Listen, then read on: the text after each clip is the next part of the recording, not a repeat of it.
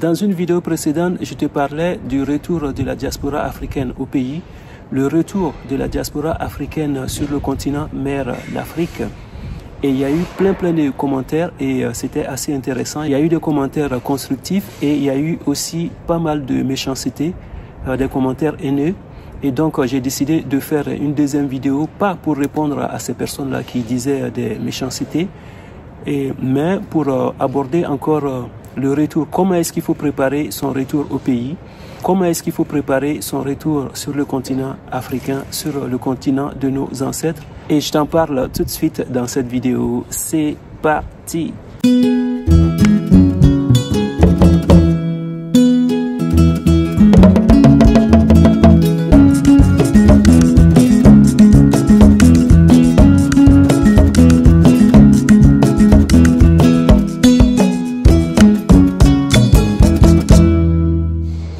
Si tu me découvres pour la première fois, mon nom est Bachir M. Sanogo et sur cette chaîne, je te parle de business, d'entrepreneuriat, d'investissement et de l'immobilier. Et on aborde parfois des thèmes qui concernent la diaspora africaine, des thèmes constructifs et on se donne des idées sur cette chaîne. Alors, si tu aimes ce genre de thématiques, abonne-toi, active ta cloche pour être informé des prochaines publications.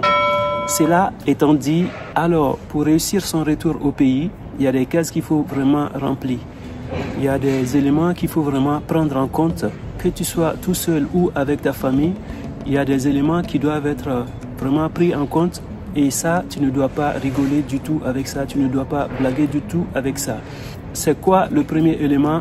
Le premier élément, c'est ton logement. Ça, c'est la base et tu ne dois pas rigoler du tout avec ça. Tu dois trouver un endroit qui va refléter la vie que tu as pu mener plus ou moins ici ou même au-dessus, parce que quand on décide de rentrer chez soi, on a envie d'avoir un confort ou un standing de vie beaucoup plus élevé. Donc ton logement doit être primordial avant tout. Concernant ton logement, en ce moment en Côte d'Ivoire, le gouvernement a mis pas mal d'accent sur le logement, que ce soit les logements sociaux ou des logements de standing et tout ça. En tout cas, le gouvernement a mis en place des structures qui permettent aux personnes de pouvoir avoir des appartements, des maisons de haute qualité. Et ce sont des agents immobiliers qui ont été agréés par l'État. Donc, comment est-ce que ça se passe? Ce sont des agents qui proposent des projets immobiliers et qui sont validés par l'État. Et l'État se porte garant. Donc, vous avez un compte séquestre. C'est un compte où tu vas payer par exemple ton appartement à 40 000 euros, 50 000 euros, 60 000 euros. Et donc ce compte séquestre, à chaque fois que tu payes, l'argent va sur ce compte-là. Et tant que l'agence immobilière n'a pas fini de construire ses maisons, tant qu'il n'a pas livré ses maisons, il ne peut pas avoir accès à ce fonds-là. Donc ça, c'est une garantie qui vous permettra d'avoir un appartement de qualité, un appartement dans un bon quartier. Justement, parlant des appartements dans les bons quartiers, si tu pars de la France ou peu importe, tu pars de l'Occident, tu retournes au pays, donc tu dois t'assurer que tes enfants iront dans des bonnes écoles. Tes enfants doivent aller dans des bonnes écoles. Et donc, tu ne vas pas aller acheter une maison ou acheter quelque chose à Bobo de Reraï, par exemple. Tu ne vas pas aller acheter un appartement à Boribana. C'est des exemples comme ça que je donne, pour dire que tu dois choisir un quartier qui va permettre à tes enfants de pouvoir être bien scolarisés, d'être avec de bonnes personnes. Parce que si tu achètes ton appartement dans un quartier où les jeunes, pour se défouler, vont boire de l'alcool, vont prendre des voitures pour faire des rodéos ou aller au roller Kadhafi comme on dit, c'est sûr que d'ores et déjà, l'avenir de tes enfants sont en danger parce que tu as choisi un quartier qui ne convient pas et donc ça aura des répercussions sur l'avenir de tes enfants. La deuxième des choses, c'est quoi? C'est le système de santé. Les gens disent à chaque fois, ah j'ai peur, si je viens au pays, il n'y a pas de système de santé, comment je vais faire et tout ça. C'est vrai que c'est une réalité. Si tu n'as pas les moyens au pays, si tu n'as pas les moyens en Afrique en général, de prendre soin de la santé de tes enfants, de toi-même, parce que ça peut arriver, on le voit, il y a des gens qui meurent dans le couloir des hôpitaux. Oui, c'est pas partout pareil, mais ça arrive. Donc, tu dois vraiment t'assurer d'avoir un système de santé. Tu dois pouvoir avoir pas mal d'argent que tu mettras de côté. Et il y a des systèmes de protection de santé qui existent. dans lesquels tu pourras souscrire et que ça va te permettre de pouvoir avoir des soins. Tu dois pouvoir souscrire avec ces assurances maladie qui sont au pays, qui vont te permettre de protéger ta famille, qui vont te permettre de te protéger toi-même. Voilà, il y a du bruit, hein, c'est du live, donc il y a du bruit, on va faire avec. Donc ça, c'est la deuxième des choses. La troisième des choses, il faut investir. Il faut pouvoir mettre un business en place qui va te permettre de gagner autour de 2 à 3, voire plus. Minimum, on va dire 2000 € par mois. Je pense que ça peut te permettre d'avoir une vie de qualité au pays. C'est vrai que la vie est chère dans certains pays en Afrique, mais de 2000 jusqu'à plus, vraiment tu peux avoir une vie de qualité.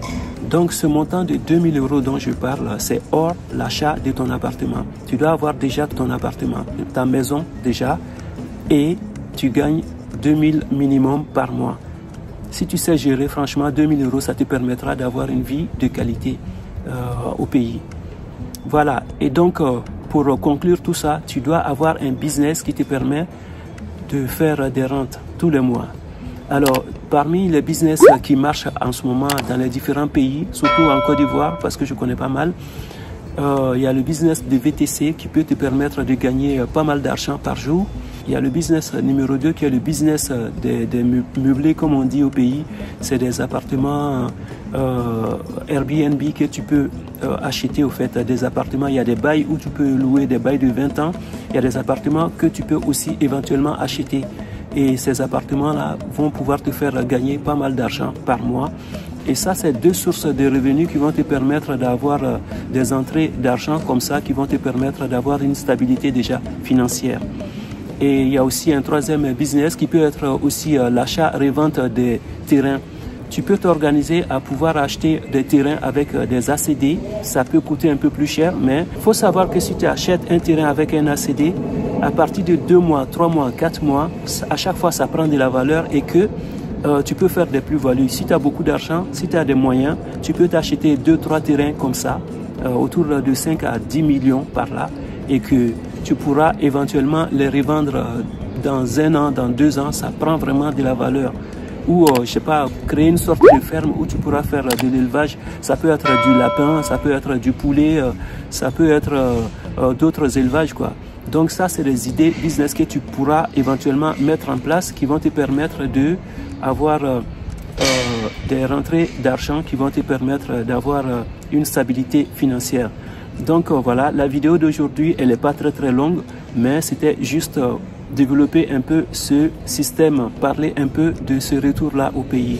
C'est une vidéo suite à celle que je viens de diffuser. Je vais te la mettre quelque part ici. Tu pourras aller voir éventuellement cette vidéo-là qui parle du retour au pays. Donc, pour retourner au pays, voilà, c'est quelques éléments que j'ai cités qui sont vraiment très importants. C'est vraiment primordial. Il faut vraiment prendre en compte ces éléments-là qui sont vraiment primordiaux avant de préparer ton retour au pays.